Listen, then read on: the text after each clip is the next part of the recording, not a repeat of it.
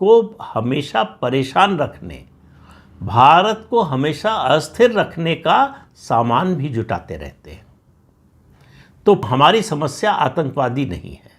और अब मैं इस ऑपरेशन सिंदूर के बाद मानता हूं कि हमारी समस्या पाकिस्तान की सेना और पाकिस्तान की सरकार भी नहीं है। पाकिस्तान की सेना और सरकार को जहां से रसद पानी मिलता है, जहां से संजीवनी मिलती है, वो है समस्या हमारी। तो ऑपरेशन सिंदूर के जरिए क्या बताया प्रधानमंत्री नरेंद्र मोदी ने? वो चाहते तो फिर एक कोई जो है कोवर्ट ऑपरेशन करके या छोटा सा ऑपरेशन करके ये पाकिस्तान को संदेश दे सकते थे कि 2 बार किया था, तीसरी बार भी किया, लेकिन वो रुके नहीं यहाँ तक। उन्होंने इस ऑपरेशन सिंदूर के जरिए बताया कि दुनिया का कोई भी देश हो, पाकिस्तान भी शामिल है उसमें, और पाकिस्तान तो शामिल ही है। अमेरिका, चीन और यूरोप के दूसरे देशों से, जो नेटो के सदस्य देश हैं, उनसे हथियार और पैसा लेकर भारत का मुकाबला नहीं कर सकता।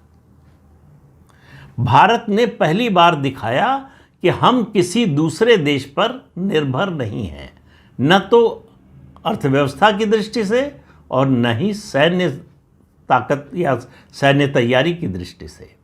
भारत अब सैन्य तैयारी के मामले में भी आत्मनिर्भर हो गया है।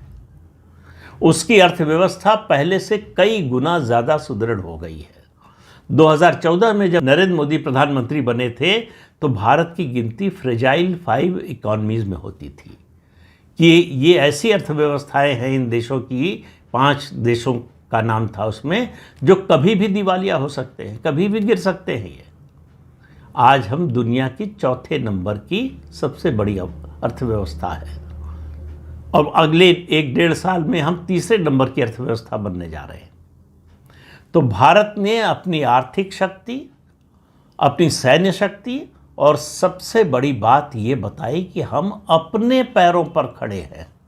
हमको किसी बैसाखी की ज़रूरत नहीं है, किसी सहारे की ज़रूरत नहीं है। तो चीन के जो रक्षा उपकरण हैं, उनकी क्वालिटी क्या है, ये पूरी दुनिया को बता दी। चीन का एयर डिफेंस सिस्टम हमारे ब्रह्मोस को रोक नहीं पाया। चीन के जेट हमारी वायु रक्षा प्रणाली को भेद नहीं पाए। उनकी मिसाइल हमारा कोई नुकसान नहीं कर पाई। अमेरिका का F-16 जिस पर उसको बड़ा नाज है, वो कुछ नहीं कर पाया।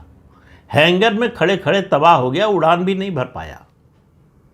और जबकि हम 2019 में अमेरिका को ये चेतावनी दे चुके थे। हमारे अभिनंदन ने तो MiG-29 से F-16 गिरा दिया था।